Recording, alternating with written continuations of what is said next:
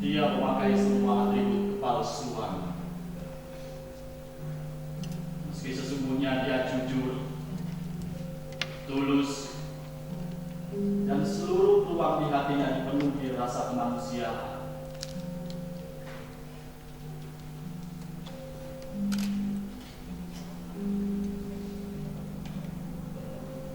Wataknya halus, mudah tersentuh.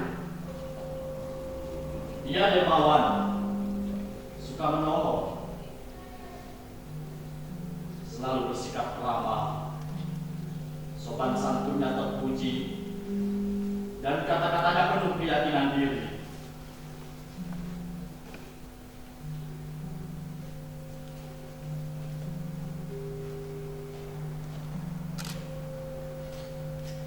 Yang tidak kenal dekat akan menganggap bahwa pribadinya itu kuat.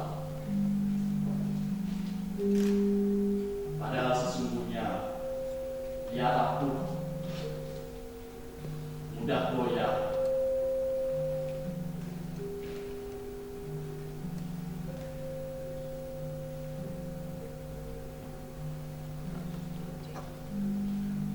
Dia memoleh seluruh tubuh aslinya bertentangan dengan wujud yang sudah ditakdirkan baginya. Kebaya yang bagus, nampak mewah dan modis. Dia beli dengan harga murah di pasar Tringharjo lantai 3. Itu sudah termasuk sepatu merah jambu dan tas tangan dengan warna senada.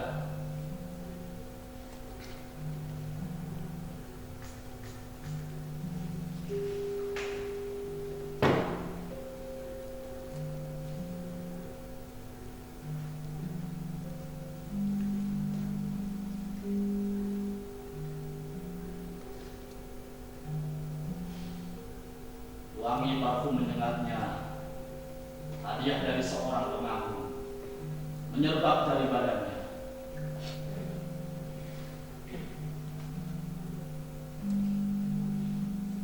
Semua yang melekat di tubuhnya nampak diserasikan. Dia sadar, mode sanggup mengubah penampilannya, sehingga kepribadiannya bisa terangkat naik, membuat orang terkesan.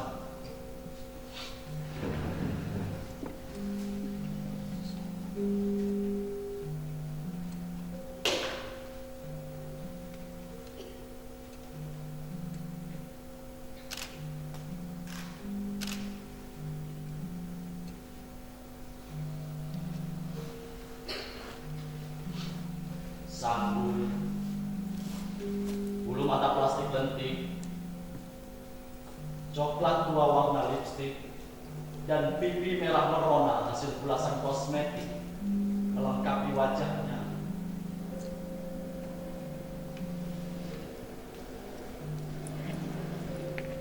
Dia juga memasang pantat palsu dan teteknya montok akibat sumpulan silikon.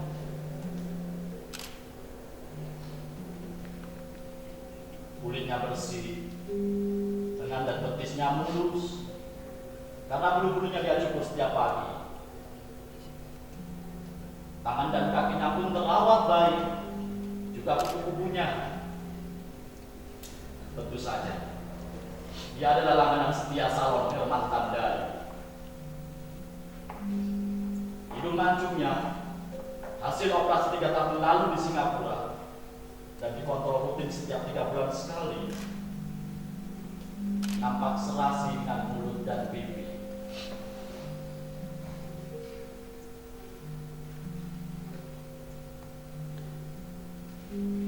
Dia ingin menjadi seorang wanita. Padahal 30 tahun lalu dia lahir di Pacitan sebagai bayi laki-laki. Tapi naluri kewanitaan terpancar sangat menyerbu. Ibarat bah sanggup membongkar cengkraman cakar takdir. Tingkah dia sehari-hari cukup menjadi bukti. Kabar burung beredar setahun setelah dia operasi hidung, dia mengibar ke Jepang untuk mengganti kelamin. Ini tepatkah fungsi kelamin yang sudah ia gantikan itu? Hanya sang pacar yang bisa membuktikan.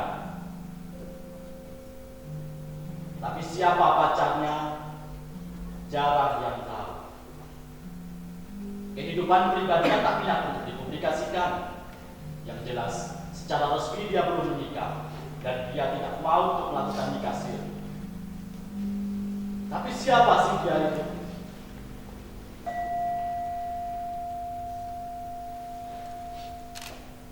Namanya adalah Nagina. Biasa dipanggil sesuai ejaan Nagina, atau juga biasa dibaca menjadi Najina.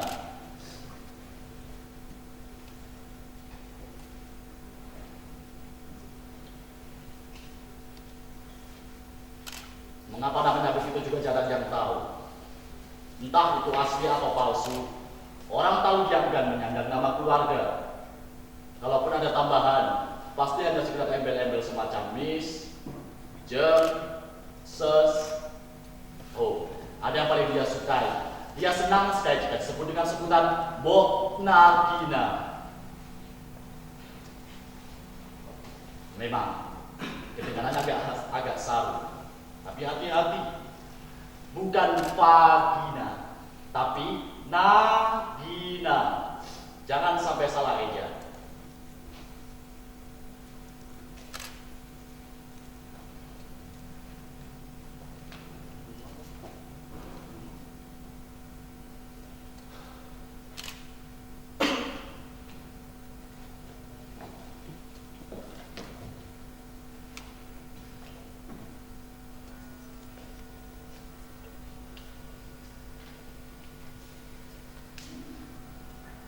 Malam ini dia berpraktek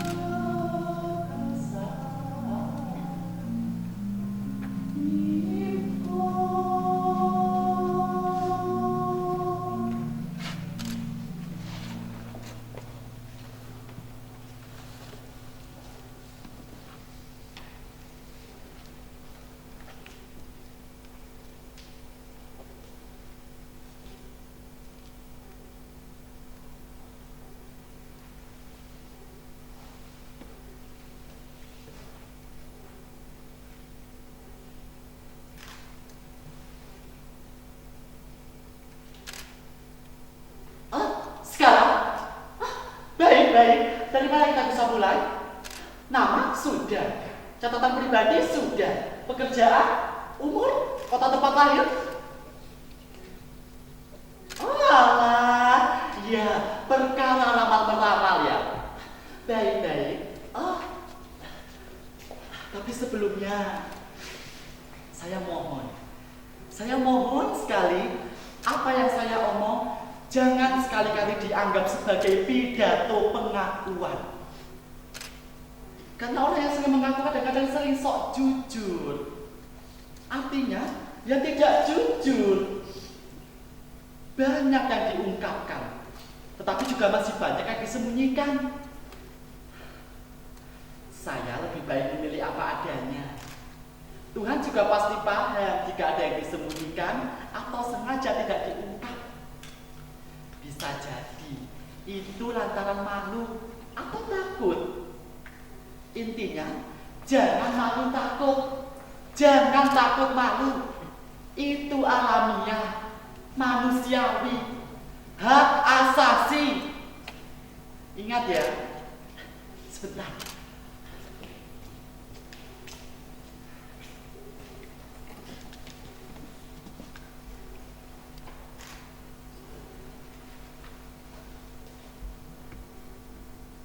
Iya. Praktek saya itu baru dibuka 1 jam lagi. Tapi di luar sana sudah antri sekitar 20 langganan. Setiap harinya malah bisa 3 kali lipat dari jumlah itu. Untung saya libur Sabtu dan Minggu. Istirahat, simpan tenaga. Kalau tidak, habis energi saya. Capek loh, 24 jam mengurusi perkara orang lain. Pak Presiden saja dikasih libur untuk memancing atau jalan-jalan ke Malioboro. Masa saya tidak? Prinsip saya adalah menolong orang itu kewajiban. Istirahat itu hak pribadi. Ya memang, kata orang saya ini peramal jitu. Sebagian besar ramalan saya memang tepat.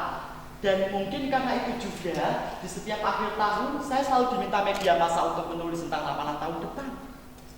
Oh ya, saya tulis sama di TV tanpa ragu. Dan konon, melesetnya itu cuma sekitar 15% saja. Selebihnya, tepat dong. Lawan guru saya kan Nostradamus, Joyoboyo, dan Ronggo Warsito. Apa yang saya ramal? Banyak, berbagai hal, semua sisi dari kehidupan manusia. Sos, pol, good, hand, kamnas, olahraga juga bisa, kesenian, karir tokoh-tokoh, kesehatan, bisnis, dan cinta. Ya, cinta dan bisnis.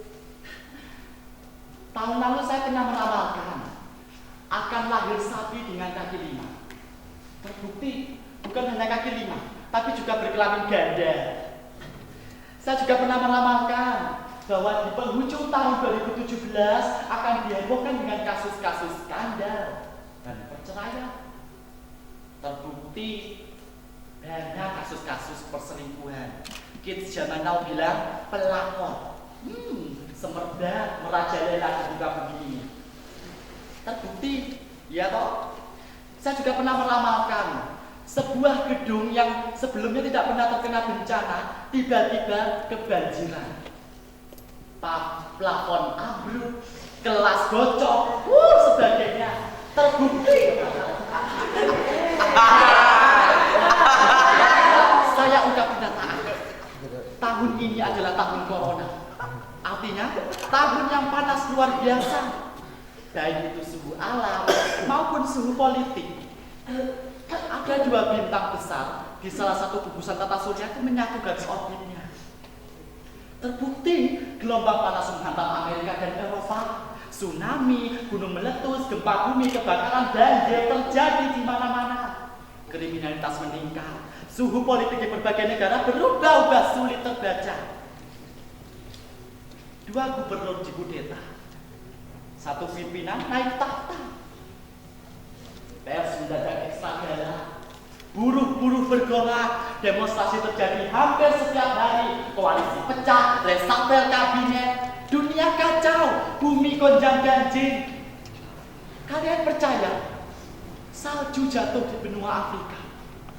Bukan di puncak gunung Kilimanjaro lagi, tapi di padang gurun yang sangat gersang.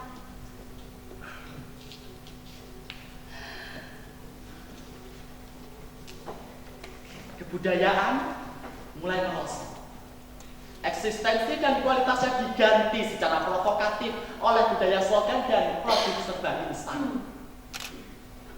Saya berani bilang, ini adalah zaman di mana orang sulit membedakan arti. Misal antara politik politikus, polisi polusi, korupsi kolusi, ilusi somasi, dan solusi. Juga sulit dibedakan arti antara nespot pispot, antara failing kabinet dan kabinet yang fail, antara makzul dan bergajul, antara begal, bengal, kental, legal, dan cekal, antara hutang dan hutang, antara fasilitas dan obesitas, antara dialog dan monolog. Ini perhatikan baik-baik. Para pejabat kita lebih suka bermonolog, menghindari dialog. Dan para politikus dan birokrat lebih sering bermimpi untuk jadi selebritis dibandingkan memikirkan kesejahteraan rakyatnya. Ya iya dong, jadi aktor kan lumayan terkenal. Faktanya memang begitu. Banyak orang bisa mati. Tulis saya tahun lalu. Terbukti pernah dalam 2 bulan 7 kali saya memakai pakaian hitam tanda berkabung. Dalam 1 tahun 2 kali saya mengibarkan bendera setengah tiang. Saya memang peramal jitu. Hanya saja saya tidak mampu untuk meramal diri saya sendiri. Itu yang sering bikin prihatin. Saya juga tidak sanggup kalau disuruh mencari tertuduh perkara pembunuhan atau perkosaan. Ya, kejahatan yang sering terjadi belakangan ini. Saya juga tidak sanggup kalau disuruh mencari tempat persembunyian para koruptor yang buron. Pernah begitu saya paksakan, mata batin saya berubah hitam sehitam-hitamnya, mata berkunang-kunang, saya linglung, tidak kuat. Tapi anehnya, saya pintar mendatangkan, apalagi mengusir hujan. Seperti sekarang ini, orang-orang menyebut saya ini pawang hujan. Ya, saya itu. Saya bersahabat dengan matahari, angin, awan, hujan. Cuaca adalah karakter alam yang mudah sekali ditebak.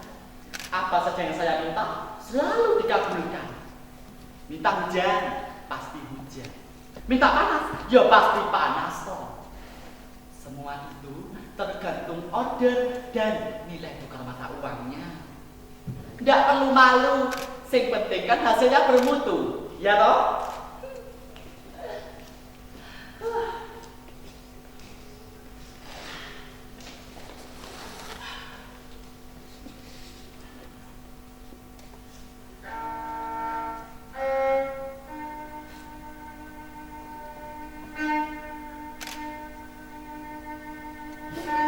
Saya tuh bertanya-tanya,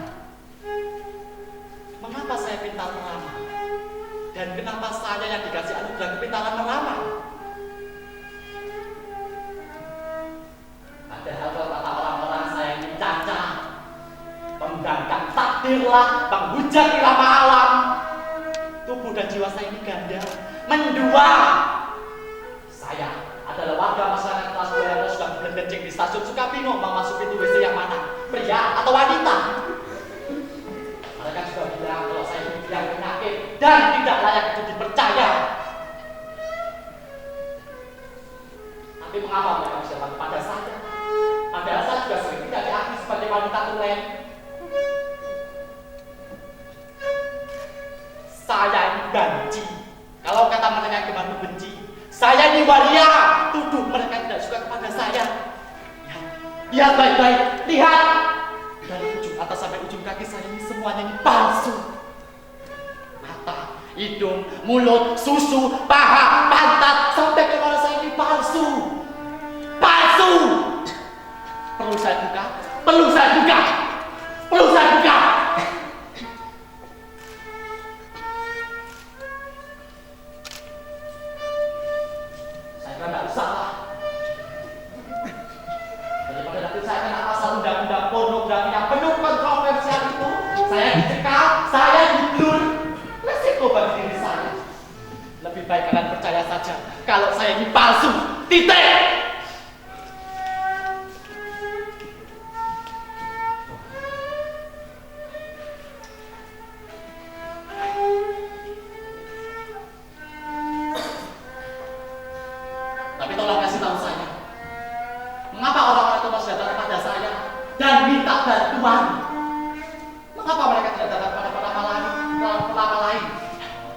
Banyak peramal yang lebih jago dari saya, lebih hebat dari saya.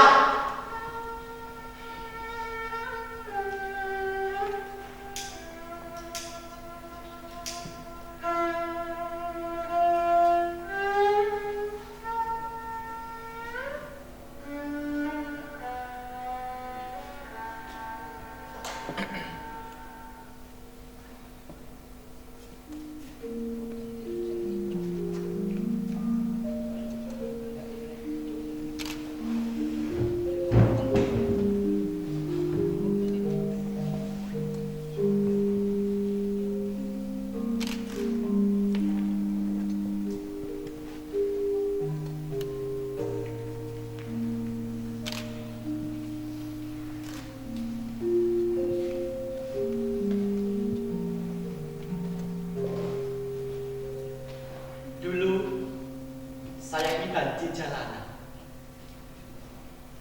5 tahun cari uang, ngelonte, alias jadi pelacur.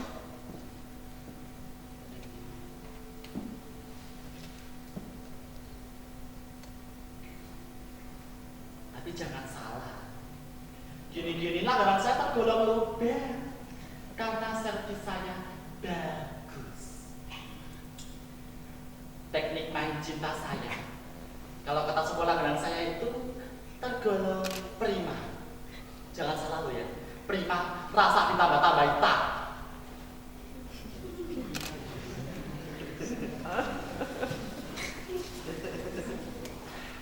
Apa saja yang mereka minta itu selalu saya berikan. Apa saja yang dengan saya mau, oke saya layani. Mau main cara apa saja, mau main gaya apa saja, mau main di mana saja, bahkan mau main kapan saja, oke saya layani dan saya ikut oke juga, ikut nikmat juga, ikut mendesak juga.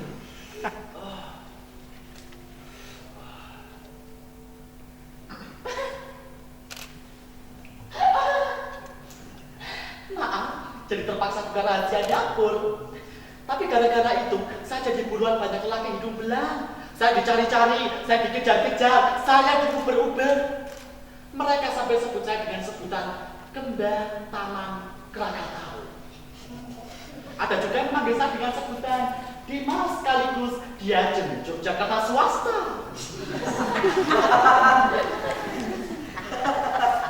Ya dong, 3 judul direbut sekaligus. 3 in 1. Banci lain mana mampu mengenai 3 judul langsung. Beneran enggak bohong? Enggak percaya silahkan tanya ke teman seangkatan saya. Banyak di antara mereka yang masih hidup bisa ditanyain. Mereka masih ada yang nyabu di jalan, ngamen, meski juga sudah ada yang insaf. Ya buka jahitan, salon, sampai pondok pesantren pun ada. Ya kita tidak pernah putus hubungan. Sampai sekarang saya masih bantu mereka kalau mereka kesusahan soal uang. Sedikit cerita, saya buka koperasi simpan pinjam, buka butik ala kadang, menyewakan gaun, kebaya, rok, blus, lengkap dengan aksesorisnya. Tanya harga, ya standar lah. Namanya juga subsidi, swadaya, bukan bantuan dari Pemda. Lah ngapain Pemda meluncur orang kayak saya, yang asli saja belum tentu diurus, ya toh?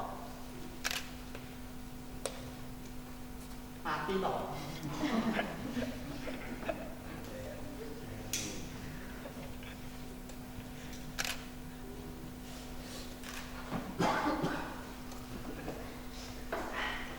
Tapi memang sampai sekarang saya masih bantu mereka, wajib bantu itu. Namanya juga kawan senasib, sepenanggungan, tahu susah hidup di jalanan. Dan demi langit, saya tidak pernah menyembunyikan latar belakang saya. Lah untuk apa? Saya juga tidak melarang mereka kalau minta cerita betapa kacaunya saya semasa kita cinta di SMA itu. Saya bertekad, jangan sekali-kali melupakan sejarah. Pamali itu dosa bisa dikutuk sama donya.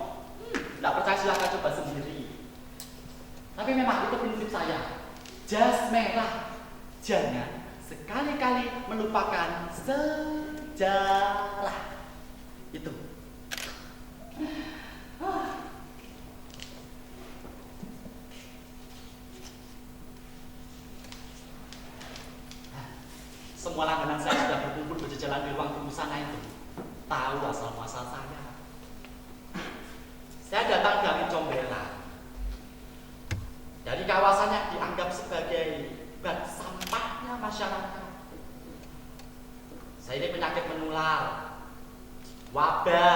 dan memang pantas dianggap untuk dibasmi. Tapi siapa sangka, saya rasa mereka tidak peduli dengan masa lalu saya. Mereka lebih membutuhkan ramalan dibandingkan biodata atau kurikulum vitae. Saya bahagia karena saya diterima. Tapi memang ada trik-trik tersendiri ketika menghadapi masyarakat kita. Ya, sebentar. Ya, tunggu. Mana si Akeh? Ya, tunggu. Walah, bude kok. Monggo pindah. Duh. Ya. Duh, makin langsing. Dia kok. Dibegitukan saja, mereka akan senang. Senyum mereka mengembang. Monggo pindah. Duh. Monggo duduk dulu. Duh, apa kabar, Bude? Duh, makin cantik saja. Larissa, Natasha, apa nama Green? Iya, sama saja kok. Bude pakai parfum ngapain? Oh ya, saya tuh mencoba barunya begitu nikmat begitu Bude masuk ruangan ini. Ada apa? Tumben malam-malam begini datang. Oh iya, silahkan cerita. Semuanya boleh. Ya, barangkali saya bisa bantu. Ada problem apa toh? Ada masalah apa? Tapi Bude cerita ya. Jangan sampai ada yang ditutupi. Jangan ada yang ditahan-tahan. Nanti jenengan bisa kena sakit wasil. Dibegitukan saja mereka langsung cerita. Semuanya diceritakan, berubul tanpa rasa malu lagi. Kadang-kadang kepala saya ini pusing. Kenapa begitu banyak yang harus saya ingat? Nama-nama orang, tempat, jam, tanggal, bulan, tahun, bujuk kuning layasan. Tapi memang begitulah. Namanya juga pekerjaan. Resiko kan ditanggung pemenang. Itu rezeki, anugerah dari Tuhan, wajib disyukuri itu. Ngomongin soal anugerah, saya jadi ingat 7 tahun lalu saya menerima anugerah itu. Wangsit itu. Bagaimana kejadiannya sebenarnya saya juga sudah tidak lupa. Saya cuma ingat waktu itu terjadi sekitar pukul 4 pagi, hampir subuh. Saya baru saja melayani langganan saya yang ke-9. Langganan yang minta posisi aneh-aneh, tapi bayarannya cukup lah untuk bayar kos-kosan 3 bulan waktu itu. Saya sebut dia dengan sebutan the last lelaki on the road. Ceritanya begini. Saya baru saja cebok. Kasar. Maksud saya bukan cebok, cuci bagian bawah.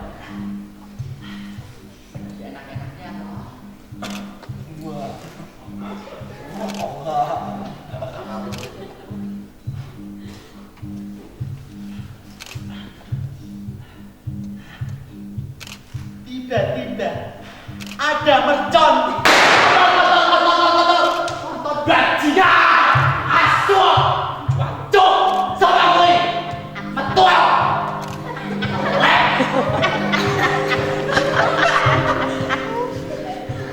Saya emosi toh. Siapa coba gak emosi? Subuh-subuh begini mainan mercon. Memang kadang-kadang preman sini suka jahil. Tapi yuk, mbok dipikir mainan mercon subuh-subuh sama banci lagi. Sekarang kita bisa tahu toh mana yang banci. Tapi waktu saya tengok kanan dan kiri saya, gak ada orang. Belas nongol, cuma saya sendirian dan kali depan saya tadi. Saya penasaran, saya cari sumber suara itu. Saya melihat cahaya, ya cahaya yang jatuh di kali depan saya.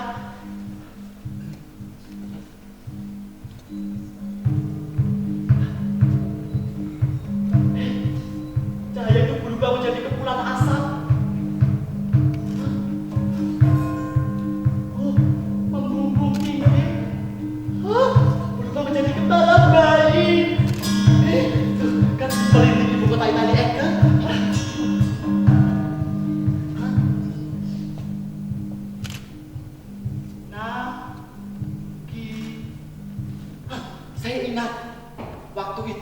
dia panggil nama saya Nagina. Saya bingung karena waktu itu nama saya bukan Nagina. Waktu itu nama saya itu Wince, nama komersil, nama jabatan, dan nama panggung, singkatan modern dari nama KTP Harvindo. Nah, begitulah. Saya ingat lagi, dia berkata begini. Sudah waktunya kamu berguna bagi orang lain. Dikata tidak berguna bagi nusa dan bangsa tanah air ini. Sembarangan. Saya ini berguna, kerja saya ini bikin senang badan dan hati orang. Paling tidak, nafsu jalan orang-orang itu terpuaskan dan tidak berujung negatif. Misal, memperkosa orang tidak berdosa. Sodomi, pedofil. Wah, saya ini berguna. Ibarat air, saya ini melepas dahaga. Ibarat nasi, ya kalian tahu sendirilah saya melepas apa. Tapi itu cuma bisa saya ucap dalam hati. Lah gimana mau ngomong, mulut saya terkunci, mata saya melotot, kaki saya ini dipantek di tanah, saya tidak bisa bergerak. Kemudian dia berkata lagi begini, pergi kamu dari sini dan tolonglah orang lain.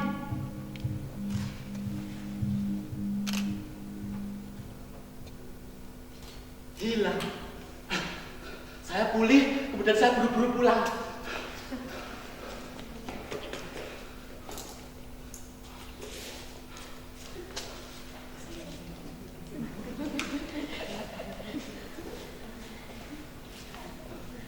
Saya bingung. Saya cuma bisa merenung. Nah itu instruksi macam apa? Lagian siapa dia? Coba bayangkan, bagi siapa coba sungguh-sungguh berenang di kali. Tapi yang jelas, saya cuma 2 kalimat. Dan kalimat terakhir, dia bilang kalau saya ini harus pergi dari tempat mesum itu. Supaya apa? Supaya bisa berguna bagi orang lain. Katanya begitu. Bagaimana caranya? Itu yang tidak dikasih tahu. Baiki, repot toh. Sesudah kejadian itu, saya sakit panas. Sebulan ya, sembuh-sembuh. Kalau kata teman-teman saya, setiap malam saya ini sering ngoceh tidak karuan. Ngelantur gitu tuh loh. Kayak diajak ngomong sama makhluk-makhluk yang tidak kasat mata. Nah, bukan hanya itu, mereka juga bilang kalau saya ini setiap malam sering melotot. Ya kayak melihat hal-hal gaib begitu itu. Bukan merinding tadi.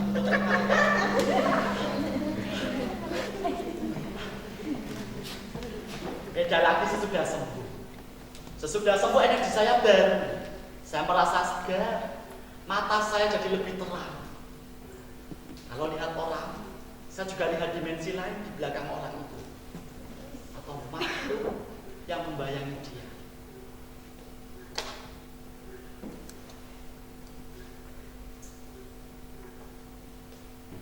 Anehnya lagi, apa yang saya omong itu padahal cuma ceplos-ceplos toh. Dilalah dipercaya banyak orang, dan itu terjadi persis seperti apa yang saya omong. Waktu itu saya bingung. Lah, saya dapat hal-hal begituan dari mana? Lah kok bisa menimpa orang kayak saya? Macem-macem baik, ya toh? Ya mungkin dari kepala bayi itu kali ya. Nah dari mana lagi? Ya kan?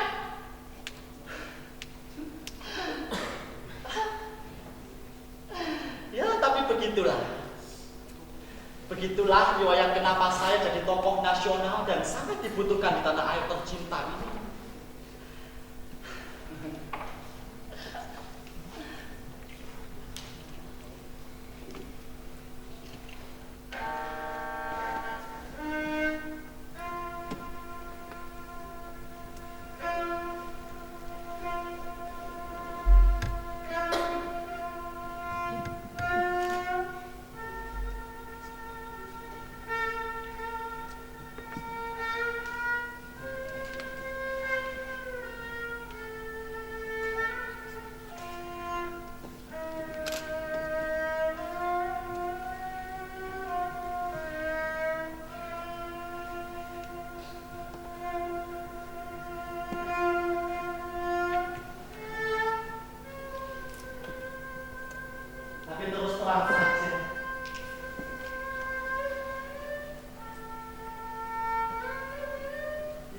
Ini capek.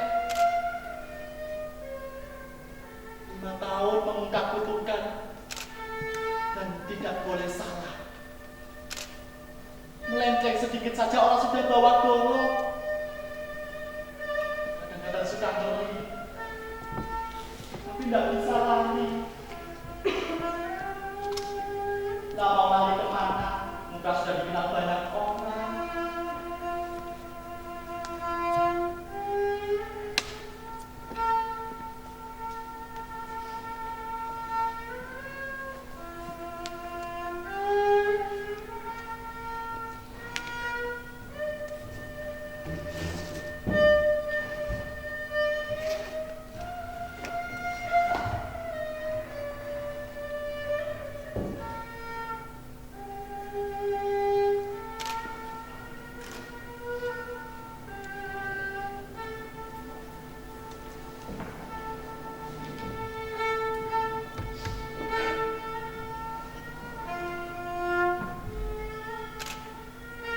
Banyak orang dengan berbagai cara mencoba-coba cari kesempatan supaya bisa saya ramah.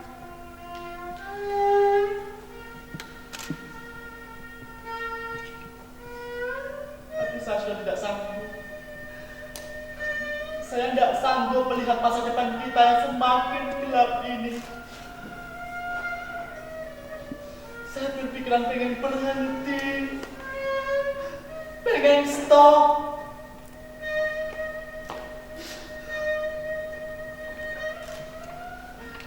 Barangkali ada yang bisa bantu saya. Ada yang bisa menolong saya. Ada yang bisa bantu saya.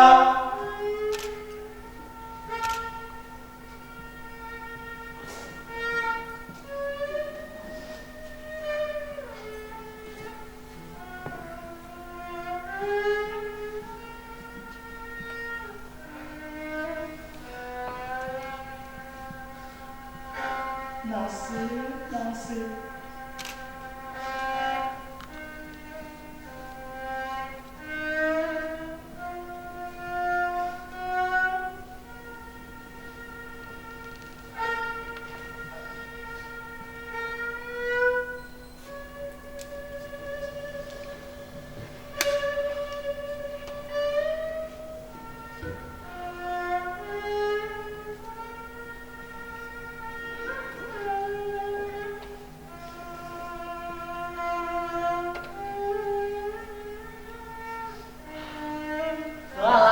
Habis ya waktu kita kongko. Ya sudah, saya harus buka warung dulu. Kalau tidak, habis tadi demo warga. Permisi, kalau ada semut di ladang, besok kita sama-sama mandi. Maaf, kebiasaan dulu, slip of the tongue. Ya sudah, barangkali saya sudah pada menunggu. Mau nyambut bersikata. Tapi kalau situ mau, boleh datang kepadaku. Nanti aku kasih tahu apa yang ini. Ya sudah, permisi. Mugi rahayu ingkang sami pinanggih. Monggo sederek.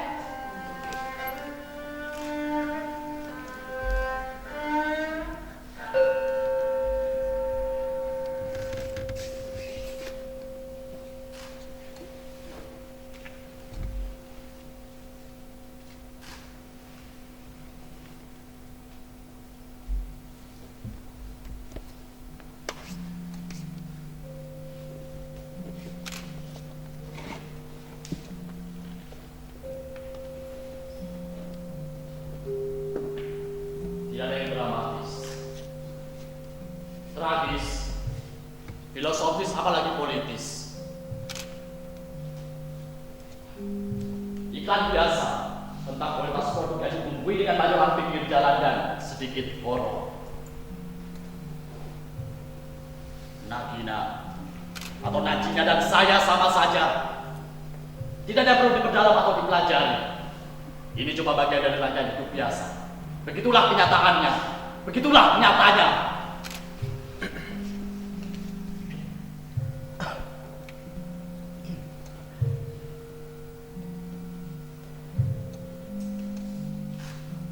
Tapi lihat, perhatikan baik-baik. Hari ini dengan segala maaf saya memutuskan untuk libur beramal. Saya capek mengungkap kutukan. Kenyataan harus dibukakan sekarang. Kita sudah di pinggir jurang.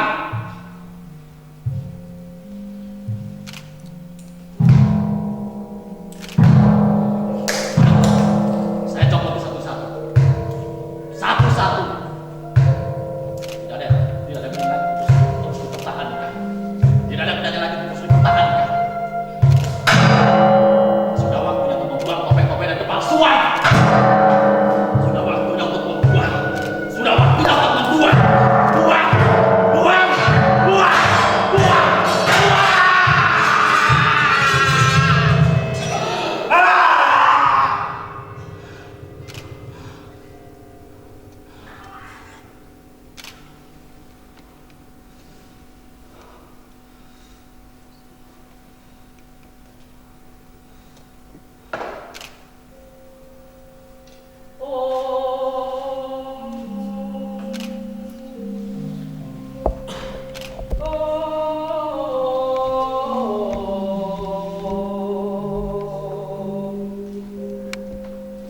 Suram-suram dewan kara kingkeng